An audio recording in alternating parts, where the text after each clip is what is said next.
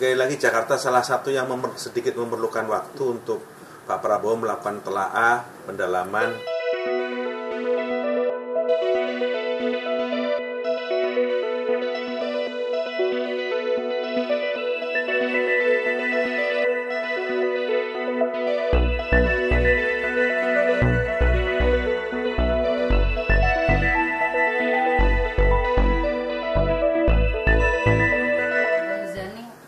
Sebelah sini dulu.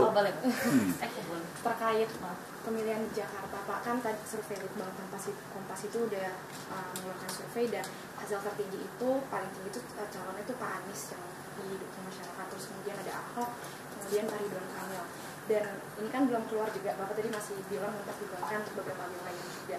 Apakah ketiga nama itu jadi pertimbangan juga untuk dari partai?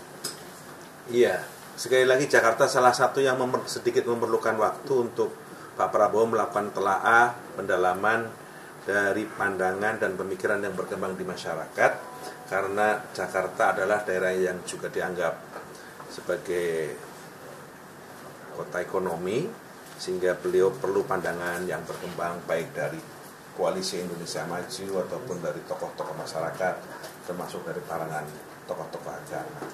Bang Muzani, betul ya Bang, apakah Pak Jokowi dan Pak Prabowo bertemu Kamis malam lalu, pekan lalu, dan apakah membahas soal pilkada?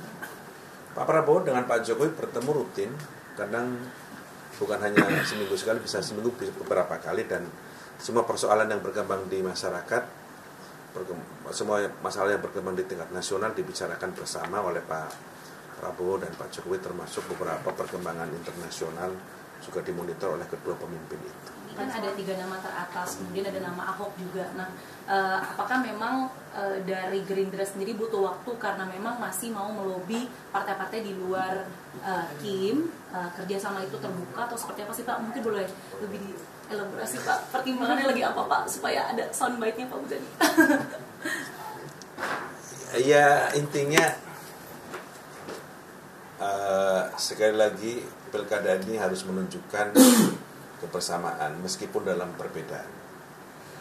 Pilkada ini harus menunjukkan keindonesiaan meskipun beda pilihan. Dan itu yang ingin ditunjukkan oleh Pak Prabowo, sehingga kalau kita berbeda, bagaimana kebersamaan itu kita bangun secara bersama-sama.